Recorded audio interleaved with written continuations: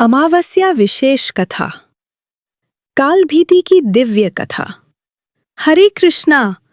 आप सबको कार्तिक मास की अमावस्या तिथि की हार्दिक शुभकामनाएं।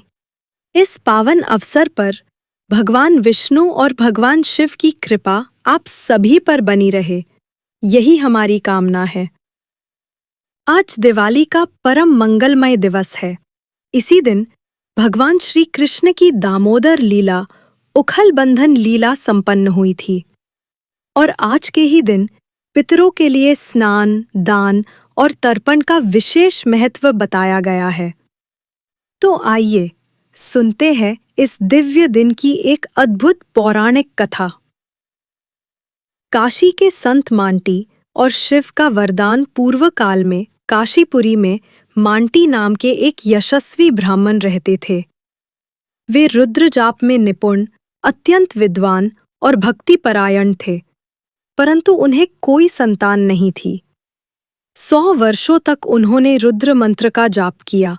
उनकी भक्ति से प्रसन्न होकर भगवान शंकर स्वयं उनके सामने प्रकट हुए और बोले, हे मांटी, तुम्हें एक तेजस्वी बुद्धिमान पुत्र प्राप्त होगा। वह तुम्हारे कुल का उद्धार करेगा। और वास्तव में कुछ समय बाद मांटी की पत्नी गर्भवती हुई, पर आश्चर्य, 4 वर्षों तक भी गर्भस्थ बालक जन्म नहीं लिया। गर्भ में संवाद ब्राह्मण ने कहा, हे पुत्र, मनुष्य जन्म अत्यंत दुर्लभ है। तुम गर्भ में क्यों ठहरे हुए हो? बालक ने गर्भ से उत्तर दिया, पिता, मैं काल से भयभीत हूं। जब तक मैं पूर्णतया निर्मल ना हो जाऊं, मैं बाहर नहीं आना चाहता। ब्राह्मण ने भगवान शिव की शरण ली। तब महादेव ने अपनी विभूतियों, ज्ञान, धर्म, वैराग्य और ऐश्वर्य को भेजा।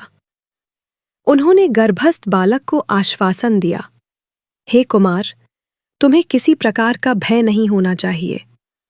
तुरंत बालक जन्मा और शिव के आशीर्वाद से उसका नाम पड़ा काल भीति, अर्थात जो काल से भी निडर था।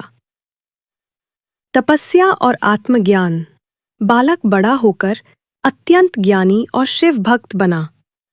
वह तीर्थ यात्रा करता हुआ महिसागर संगम नामक पवित्र क्षेत्र पहुंचा। वहां उसने दीर्घ काल तक कठोर तपस्या की। 100 वर्षों तक केवल एक एक बूंद जल पीकर जप करता रहा। जल पात्र वाला रहस्यमय व्यक्ति एक व्यक्ति जल का घड़ा लेकर आया और बोला, हे महात्मा, आज आपका नियम समाप्त हुआ है, यह जल ग्रहण करें।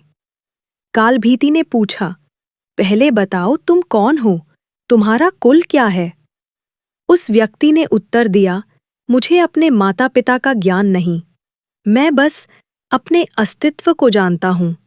काल भीति ने कहा, ऐसे व्यक्ति से जल ग्रहण करना धर्म विरुद्ध है। तब वह व्यक्ति हंसकर बोला, जब सर्वत्र शिव ही हैं, तो भेद कैसा? मिट्टी का घड़ा, जल और तुम, सभी में वही शिव हैं। एक लंबा दार्शनिक संवाद हुआ। सत्य, धर्म, व्यवहार और नास्तिकता पर गूढ़ विचार हुए। अंत में वह रहस्यमय व्यक्ति मुस्कुराया और अचानक लुप्त हो गया। महाकाल लिंग का प्रकट होना वहां अचानक बिल्व वृक्ष के नीचे से तेजस्वी शिवलिंग प्रकट हुआ। देवताओं ने पुष्प वृष्टि की, आकाश गूंज उठा, हर हर महादेव। काल भीति ने भाव विभोर होकर प्रणाम किया। तभी महादेव स्वयं प्रकट हुए और बोले, वत्स, तुम्हारी अडिग भक्ति से मैं प्रसन्न हूं। इस स्थान को मैं अपने निवास के रूप में स्वीकार करता हूं। यहां प्रकट यह लिंग महाकाल लिंग कहलाएगा। शिव ने आशीर्वाद दिया, जो भी इस जल में स्नान करेगा उसे सभी तीर्थों का फल मिलेगा। जो इस लिंग की पूजा करेगा वह स्वयं शिवत्व को प्राप्त करेगा। और तब से यह स्थान महाकालेश्वर नाम से प्रसिद्ध हुआ, जो आज उज्जैन में जग प्रसिद्ध है। समापन। इस प्रकार काल भीति ने अपने तप और श्रद्धा से स्वयं महाकाल का साक्षात्कार किया। उनकी कथा हमें सिखाती है कि अडिग आस्था, शुद्ध आचरण और धर्म के मार्ग पर चलने वाला मनुष्य काल को भी जीत सकता है। वीडियो पसंद आया हो तो लाइक, कमेंट और शेयर जरूर कीजिए और हाँ, सब्सक्राइब करना ना भूलें।